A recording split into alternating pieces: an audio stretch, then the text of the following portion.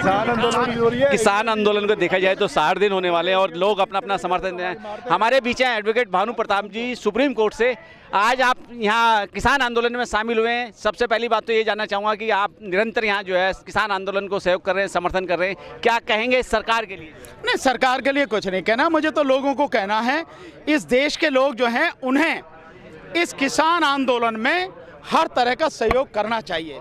जो भी कर सकता है, जो समय दे सकता है वो समय दे, जो व्यक्ति पैसा दे सकता है वो पैसा दे, जो सामान दे सकता है वो सामान दे, कुछ और किसी भी तरह से मदद हो सकती है वो व्यक्ति इस आंदोलन में मदद करे।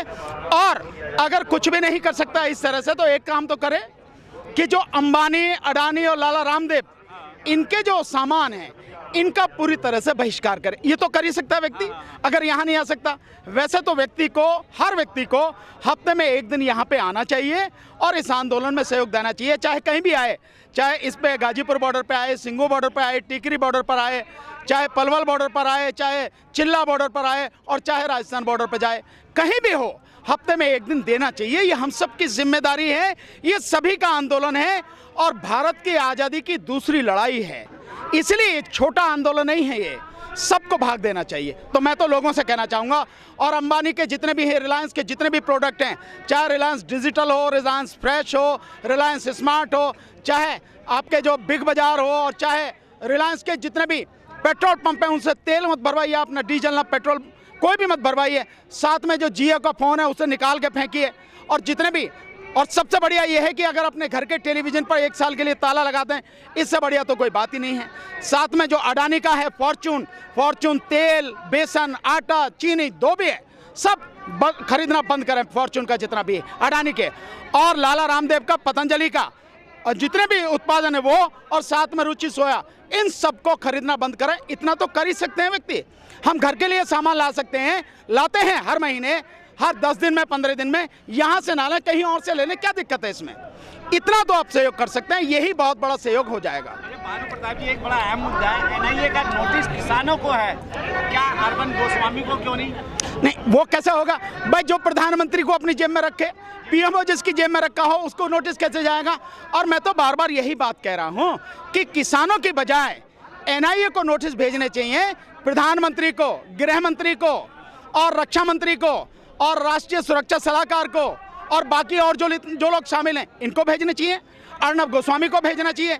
आप देखिए कि देश की सुरक्षा से जुड़ा हुआ जो मुद्दा है, आप शहीदों की शहादत पर आप जश्न मना रहे हैं। आप जो लोग, जो 44 हमारे साथी सीआरपीएफ के शहीद हो गए पुलवामा में पिछले साल 14 फरवरी 2019 को, उनकी उस पर आप जश्न मना रहे हैं, कह रहे हैं इनसे बड़ा फायदा हुआ। मतलब आपको चंद पैसे मिल गए, उससे टीआरपी मिल गई, आपकी दुकान थोड़ी बढ़िया चलने लगी, तो आप शहीदों की शहादत को भूल गए।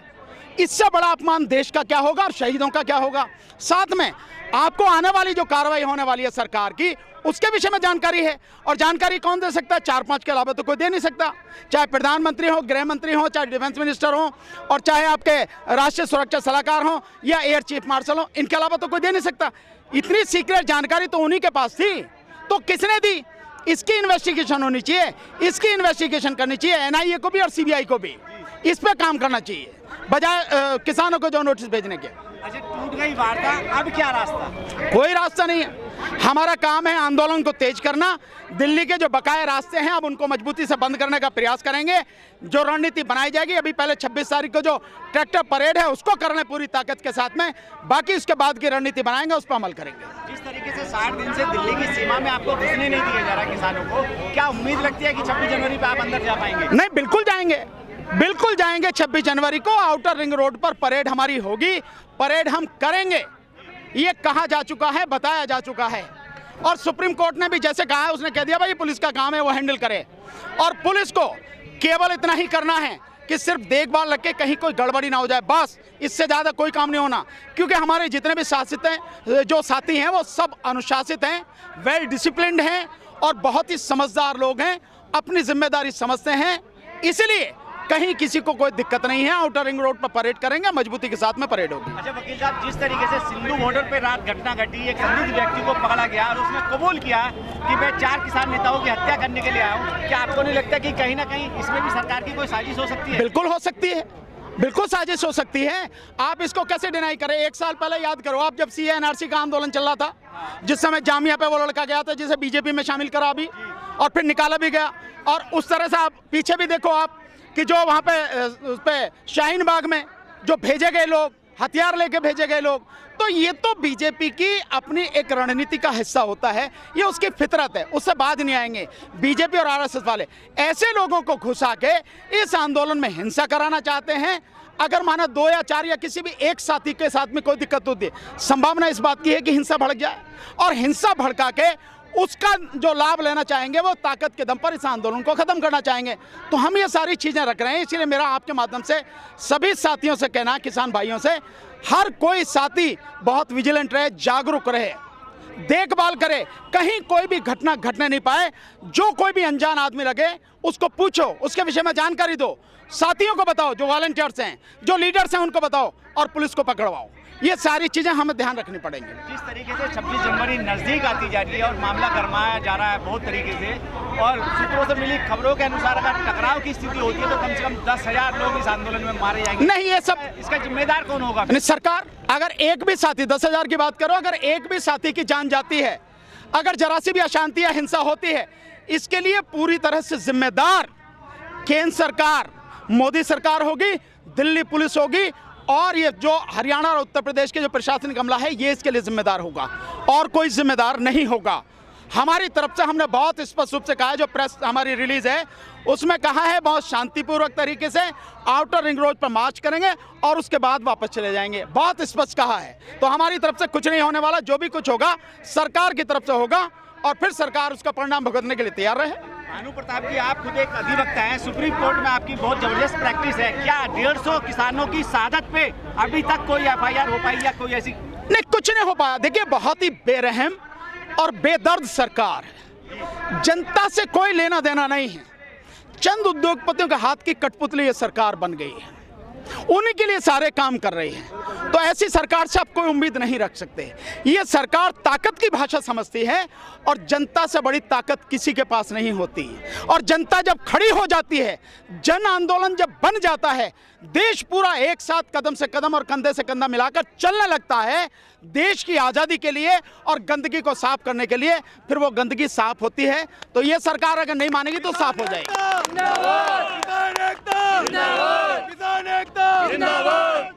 जिस तरीके से जो है किसानों की तादाद सभी बॉर्डरों पे बढ़ रही है, उसी तरीके से फोर्स की तादाद भी बॉर्डरों में बढ़ रही है। गृह मंत्री या गृह मंत्रालय की तरफ से आदेश है कि अगर टकराव की स्थिति होगी तो हम किसानों को अंदर नहीं घुसने देंगे दिल्ली में। देखिए, गृह मंत्री को समझदारी से काम लेना चाहिए। अगर तुम्हें गणतंत्र दिवस मनाने का अधिकार है, राज्य में राज्य सरकारों को मनाने का अधिकार है, हर स्कूल और कॉलेज में गणतंत्र दिवस मनाया जाता है, तो क्या किसानों को नहीं है? इसलिए किसान मनाएंगे। और आप इस जो फोर्स बढ़ा रहे हैं, आप पुलिस बढ़ा रहे हैं, हम पे इससे कोई फर्क नहीं पड़ता। हमें डराने की कोशिश ना करें। हमने भतेरी पुलिस और फौज देखी है, और ये पुलिस वाले और फौज वाले हमारे तो भाई बच्चे हैं, और कौन है? तो इनसे हमें कोई फर्क नहीं पड़ता। सरकार अगर हिंसा पे उतारू है तो वो करे, हमारी तरफ से फिर भी कोई हिंसा नहीं की जाएगी किसी भी कीमत पर।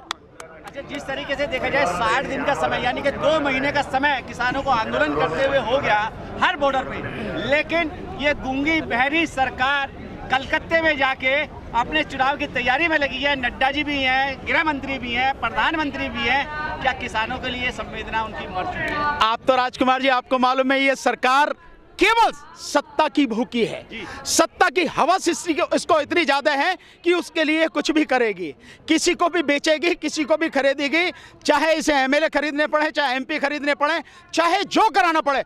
जो सरकार अपने सैनिकों की बलि चढ़ा सकती है राजनीति के लिए, सत्ता के लिए, वो क्या क्या नहीं कर सकती है। तो वो जो कर रही है करने दीजिए। हमारा काम आंदोलन करना है, अपनी लड़ाई को जीतना, हम वो करेंगे। अच्छा, 26 जनवरी में कुछ समय बच गया, क्या आह्वान करना चाहेंगे देश की जनता से? हर व्यक्ति से यही, जिसके पास में ट्रैक्टर है ट्रैक्टर लेके आए, जिसके पास में 4 व्हीलर है वो लेकर आए, गाड़ी हो जो भी हो लेकर आए, राष्ट्रीय ध्वज उस पर लगा कर आए, और पूरी तरह से शांतिपूर्वक रहे, ये प्रण करके आए और इस परेड में भाग ले। इतना ही सबसे है। जो भी साथी हैं जहां भी हैं लगातार पहुंचे, 25 तारीख की शाम तक सब लोग पहुंच जाएं, ताकि 26 को एक जबरदस्त नजारा ये पूरी दुनिया देखे। ये सरकार ही नहीं, पूरी दुनिया देखे। बहुत बहुत धन्यवाद। Thank you.